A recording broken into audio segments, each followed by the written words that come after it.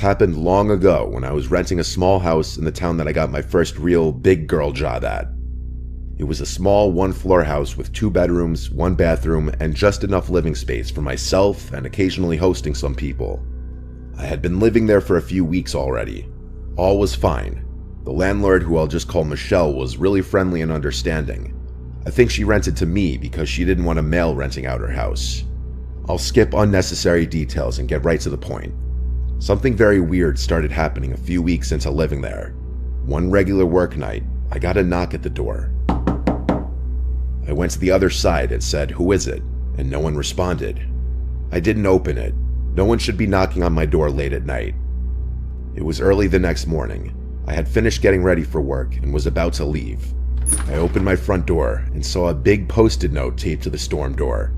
It said, "Hello, beautiful." I right away remembered the knocks on the door from last night. It was no doubt the same person, but the big question was, who could it be? I crumpled it out of disgust and threw it in the trash, hoping and assuming it would be a one-and-done thing. It was that night that I got another knock at the door. This time a little earlier, while I was cooking dinner. I went over to the door, this time not saying anything, just listening. There was no peephole or glass to look through to the other side. I had no way of seeing who was there without opening the door, and that wasn't going to happen, as the storm door didn't lock. But this was the second night in a row, and now I was realizing this was some kind of stalker situation. I called my mom and dad to ask for advice, and really, they didn't even know what to say.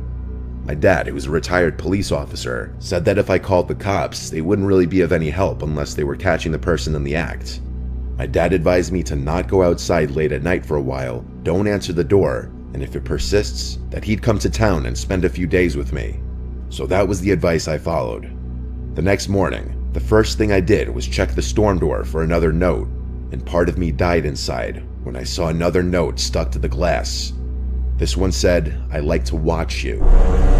I took a picture of it with my phone and sent it to not only my family, but Michelle as well. I asked Michelle if she had any kinds of issues with certain men or any stalkers. She acted appalled and shocked when I sent her a picture of the note and told her about the knocks. She assured me that she didn't have any stalkers and that she was in a long-term relationship. Still, I wasn't entirely convinced. I left a note on the door after work that day, saying, "If you're looking for Michelle, she does not live here. She only rents this house out. If you continue to come here, I will be reporting this to the police." Doing this gave me a level of comfort, actually. I thought this would end things. That night, every waking minute was spent with anxiety, worrying about hearing knocks at the door again. To my relief, there were none tonight. I went to sleep in relative peace, thinking my note worked. The next morning, I opened the door and removed my note from the glass, but then realized it wasn't my note. It was a new note, and it said, "I'm not looking for Michelle, I'm looking for you."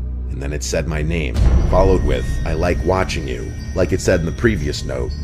I sent it to my dad right away. I felt seriously ill. My dad packed a bag and drove up first thing. He was at my house by the time I got home from work. And work that day was rough because I couldn't think of anything except for this horrific situation. I even wondered if someone in my office could have been doing this, like this creepy guy Fernando. My dad and I waited to call the police together until later in the night when we figured whoever was doing this may be hiding out there already. We wanted them to see the police presence.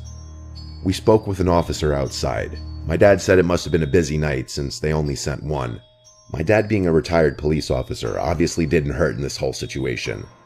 After the officer left with his report, my dad stayed out on the front stoop for hours, even after I went to sleep.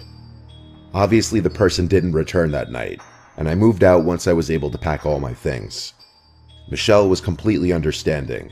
Thankfully, whoever was stalking me at that house didn't follow me to my new place, likely eliminating the possibility that it was a coworker.